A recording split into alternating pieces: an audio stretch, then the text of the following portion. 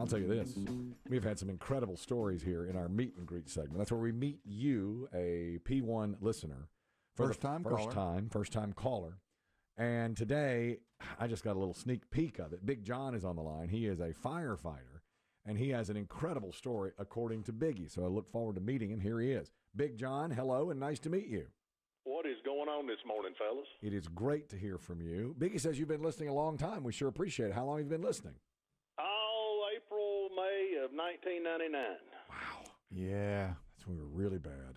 Yeah. And I retired from the fire service in December after 37 years. All right. Just this past December. So you just have given up your job as a firefighter. Were you ever in a tremendous amount of danger? I'm sure you were, fighting fires inside a burning house. Yeah, I mean, I don't really think about it. I didn't then, and I don't now, because if you thought about it too much, it'd probably scare you and you wouldn't do it. Exactly. So just put your training to use and your equipment and do what you got to do. You are a real hero to do that kind of stuff.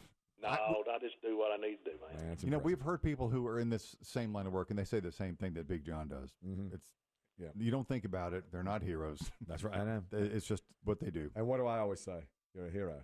You're a hero. Mm-hmm. And they say, no. A guy told me years ago, John, you didn't put them in that situation. You're just there trying to help them out. That's right. And that's exactly what you've done. Good for you.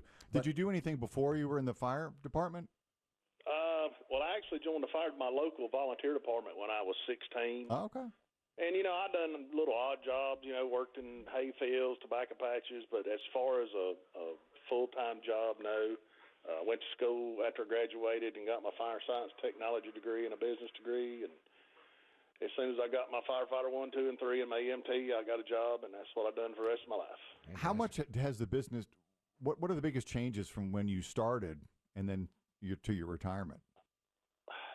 Well, the equipment is a whole lot better. Mm-hmm.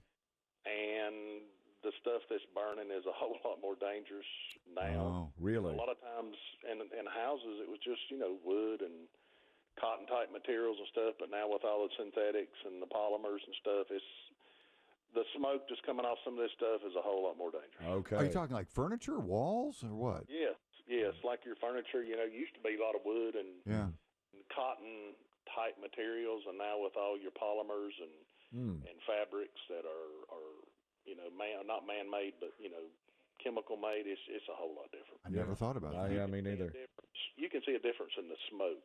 Just really? The color of the smoke tells you where the difference is at. Oh. Wow. Is it because... On the other side of that, some of the stuff that was in our appliances, like our refrigerators, the Freon that was in it, when I joined the fire department, when it burned, it created something called phosgene gas.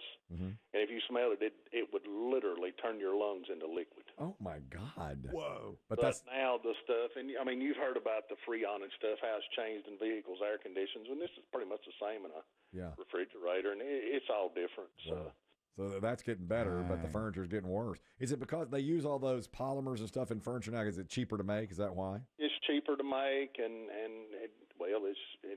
it don't last as long, so you got to buy it again. That's right. Yeah. But you hear these horror stories about kids' pajamas, being more flame retardant now than they used to be. Yeah. Well, that's good news. Because they have to. Right. Exactly. Or you want to call? Yeah. It's the retardant that they put on it. Yeah. I don't want to hurt people's feelings. Yeah. But you wash those pajamas 2 or 3 or 4 times, and every time you get, it's a little bit less and a little bit less. Wow. And a little bit less. Wow. Oh, I didn't know that. We're getting an education here from Sure Big are. John. That's not even his interesting story yet. What do you hear this? Biggie says that you once delivered a baby. Is that right? Yeah, I was in my 5th, 6th years of firefighter. I was a senior firefighter on truck, and we got a med call for a pregnancy. Mm-hmm. And I was a senior firefighter, so I was first off the truck. I told my regular firefighter, my probationary firefighter, grab the bags and come on. So I go in there. The husband met me on the front porch. We walk in the house, walk into the bedroom, and there's his wife in the bed, and, she has assumed the position.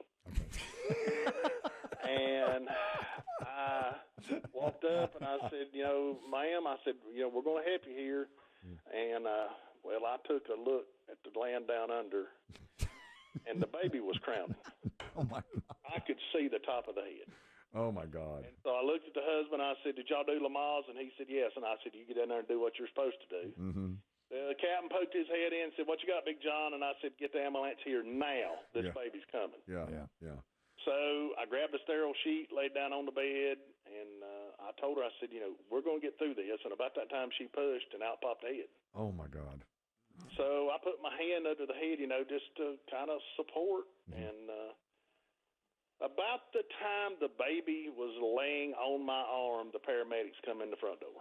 And there you were, delivered. The paramedics, the lady walked over there and she said, "You need my help?" And I said, "Please." She got another sterile sheet, laid it down, and she said, "I very gently lay him down, blah, blah, blah, blah, blah, blah." And as I was getting up from the position I was in, I just looked at him and I said, "Welcome to your new world," a little bit. How about that? Man. That is So we leave, everything's fine, I went to the hospital. When I got off work the next day, they were good, blah, blah, blah.